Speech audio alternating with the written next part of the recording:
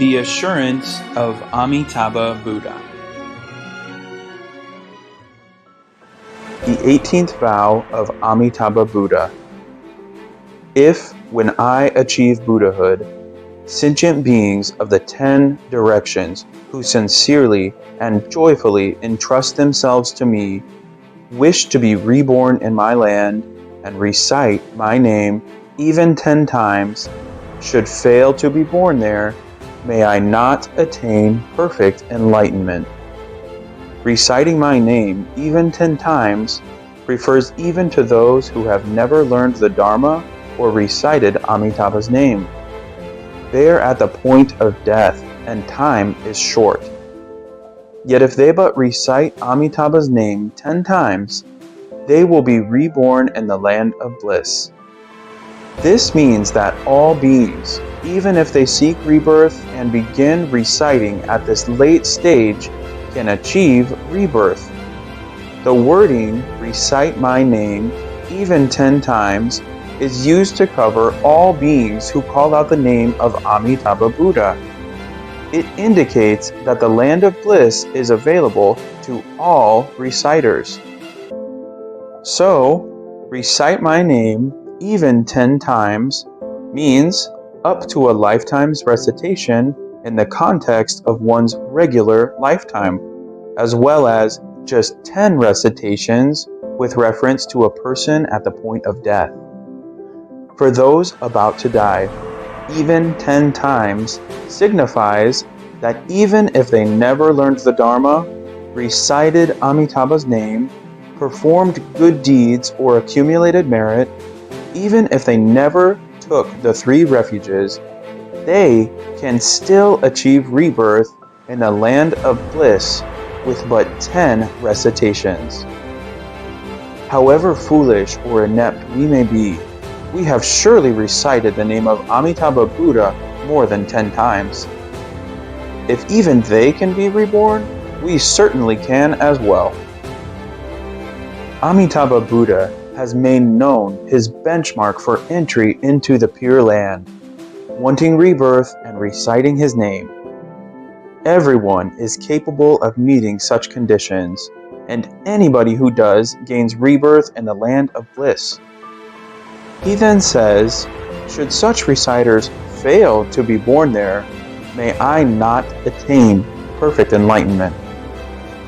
Should we not be reborn in the Pure Land after reciting accordingly, Amitabha would not attain Buddhahood. He would have to continue his practice until we could be so reborn. Only then would he be able to achieve Buddhahood. Therefore, all beings who recite Amitabha's name according to his 18th vow have a direct and intimate relationship with Amitabha Buddha. They are virtually bound together with him, becoming a single entity. The words, should they fail to be born there, may I not attain perfect enlightenment, contain particularly profound implications. Unless you are able to gain rebirth, I cannot become a Buddha. Only by enabling you to be reborn can I achieve Buddhahood. Without me, you cannot gain rebirth. With me, you will be able to do so.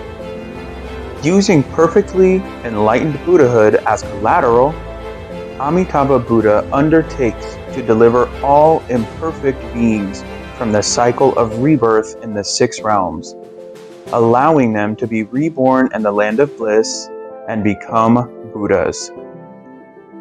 Given such ramifications, hasn't Amitabha Buddha in fact tied his achievement of Buddhahood to our rebirth in his Pure Land? Such a bond essentially creates a single entity. Without our rebirth, there would be no Amitabha Buddha. Without Amitabha Buddha, we could not be reborn in the land of bliss. As for up to 10 recitations, what are we supposed to recite? Amitabha's name as a perfectly enlightened Buddha. Having achieved perfect enlightenment, Amitabha uses his Buddha's name to save sentient beings. letting them recite it. This Namo Amitabha Buddha name embodies the merit of all the Buddhas, and sentient beings everywhere can gain rebirth in the Pure Land by reciting it. Amitabha Buddha said that if he were unable to realize such a name, he would not become a Buddha. The name would not then exist. Only if the name came into being, could be recited by sentient beings, and could allow them to be reborn in the Pure Land, would he be able to achieve Buddhahood. That's why the phrase, should they fail to be born there, may I not attain perfect enlightenment, is so important and closely linked with us.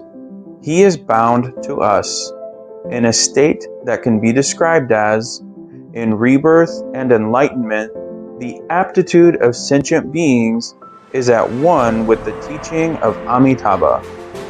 Our rebirth is tied to Amitabha's enlightenment.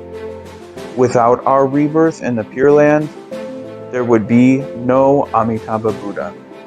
And without Amitabha Buddha, we would have no rebirth there.